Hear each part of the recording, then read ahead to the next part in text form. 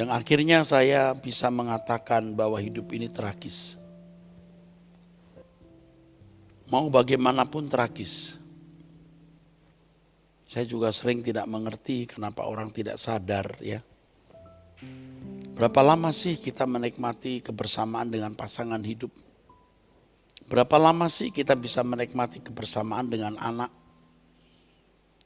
Ya, berapa lama? Anak kalau sudah usia 20 tahun lebih juga sudah tidak bisa kita pegang. Biasanya sudah mulai punya teman, nanti mulai punya pasangan hidup sendiri. Apalagi kalau anak kita dari muda sudah keluar negeri, mengikuti pendidikan. Ya. Hidup itu tragis, saudaraku. Ada orang tua yang anaknya beberapa keluar negeri, yang akhirnya menikah di luar negeri dan tidak pernah pulang ke Indonesia. Dan orang tuanya tinggal suami istri. Ya, dulu berdua, sekarang berdua lagi. Hidup itu tragis. Hanya langit baru, bumi baru yang tidak tragis. Hanya di langit baru, bumi baru yang tidak tragis. Makanya kita mempersiapkan hidup kita untuk langit baru, bumi baru. Saya katakan kepada istri saya beberapa waktu ini, aku tidak bisa membahagiakan kamu di sini, Mam. Saya begitu sibuk, waktu saya tersita untuk pelayanan. Tapi saya menjanjikan kebahagiaan nanti di langit baru, bumi baru. Mungkin Anda berkata, wah gampang Pak ngomong begitu. Ya, tapi sebenarnya tidak gampang, saudara. Kenapa tidak gampang? Karena untuk mempersiapkan diri kita masuk langit baru, bumi baru dan membawa keluarga kita itu tidak gampang. Kita harus benar-benar hidup tidak bercacat, tidak bercela. Harus benar-benar hidup kudus dan tidak mencintai dunia. Kita tidak bisa menjaga anak kita 24 jam. Ya, tapi kita bisa menjaga dengan kesucian dan kesalehan hidup. Artinya kalau kita hidup dalam kesucian dan kesalehan yang benar, kita menjadi kekasih Tuhan. Maka Tuhan bukan hanya melindungi kita, tapi juga melindungi orang-orang yang kita kasihi. Ya, betul.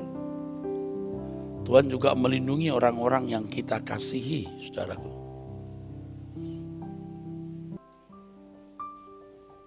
Jadi kalau saya lihat orang berpesta gitu, entah pesta ulang tahun, pesta perkawinan, atau pesta ucapan syukur, gelak tawa, makan minum. Saya merasakan ketragisan hidup. Ini akan berakhir. Semua ada ujungnya.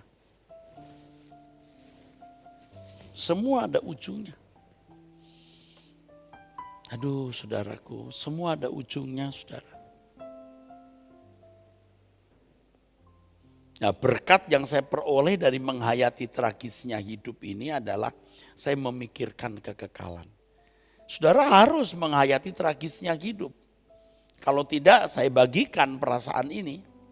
Anda harus bisa menghayati tragisnya hidup.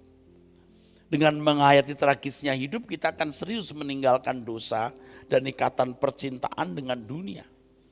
Dan itu menyedot kita seakan-akan kita sudah akan ada di hadapan pengadilan Tuhan, saudara.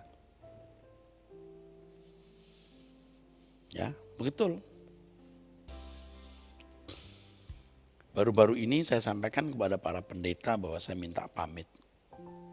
Saya pamit dari orang-orang yang masih hanya sibuk ngurusin organisasi, orang-orang yang tidak menjaga hidupnya, yang masih mencintai dunia. Saya capek. Capek saudara, jalan dengan orang yang tidak mengerti kebenaran itu capek.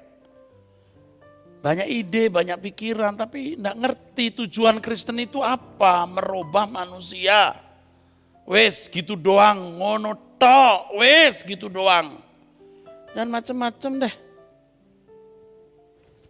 Kalau macam-macam itu hanya orang yang mau cari panggung, mau dianggap penting, terhormat gitu.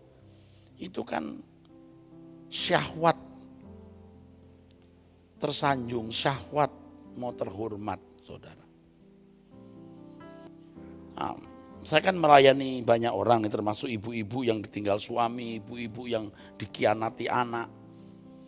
Aduh Bu, you tuh denger saya ngomong, you datang sendiri tanpa suami, you datang sendiri tanpa anak. Kalau mereka tidak setia, anak juga memberontak, lupakan. Engkau sudah penuhi bagianmu, selesai kan? Sudah selesai, ya udah, sekarang you bersiap-siap pulang. Hidup ini tragis. Kalaupun anakmu nurut nih, nanti ada aja masalah. Cucumu sakit, cacat, anakmu, menantumu masuk penjara, kena masalah hukum. Wah, ada saja. Oke, gak punya masalah itu. Semua bye-bye. Oke, tapi mati. Gak lama lu tua. Gak lama you tua, Bu. Gak lama you tergeletak. Di ujung maut, lidah ketarik, gak bisa ngomong.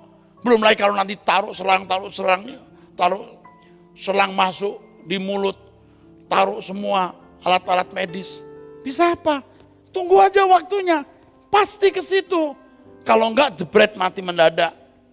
Hidup seperti itu. Lalu apa yang harus kita lakukan? Perkarakan kekekalan. Hidup suci. Tinggalkan percintaan dunia. Lalu berkomitmen berjalan dengan Tuhan.